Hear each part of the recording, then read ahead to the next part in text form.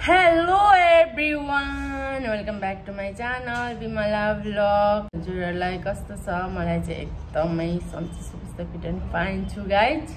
अनि आज चाहिँ मैले भन्नुहुन्छ भने बेलुकातिर भ्लग स्टार्ट गरेको। अब दिनभरि के गर्नु, काम गर्ने पर्यो, कति देखाउनु हजुरहरुलाई। चाहिँ म हल्का शेयरमा निस्किँदैछु नि त वकमा, त्यही भएर अब म लगेर गए तपाईहरुलाई ग्राउन्ड अनि म भेट्छु फेरि।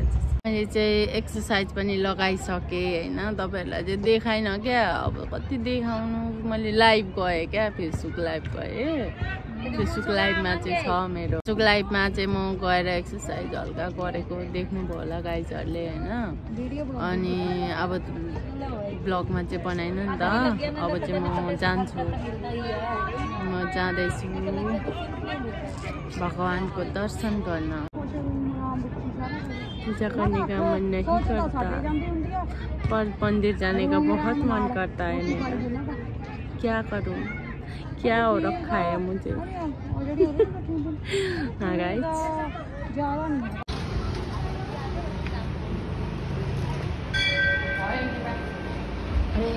पूजा आजा गरेर पनि यहाँनिर तपाईहरुलाई एक झलक देखाइदिन सक्छु। राधा कृष्ण भएर पूजा सुजा गरेर आइसक्यौँ। हर चीज देखाउन जरुरी छैन हैन। हरेक कुरालाई मैले गरेँ भन्दा पनि मलाई चाहिँ हरेक कुरा देखाउनु राम्रो कुरा हो। मबाट कसैले सिक्नुहुन्छ भने त राम्रो कुरा हो, तर पनि मलाई हरेक कुरामा देखाउन राम्रो लाग्दैन के गाइस। त्यही भएर अझै हामीले यहाँनिर पूजा सुजा गरेर अब हामी घर जाँदैछौँ। हेर्न सक्नुहुन्छ अब म कुदाउँदैछु साइकल।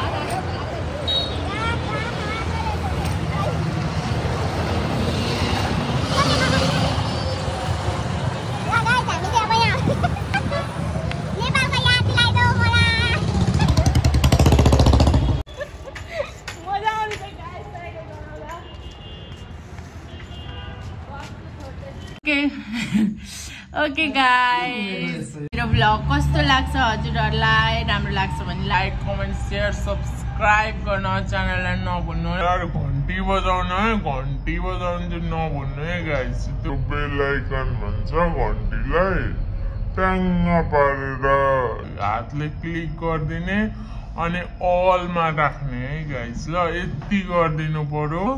अनि हजुरको बिमलाको भ्लग नोटिफिकेसनमा हजुरहरुलाई आउँछ गाइस हैन।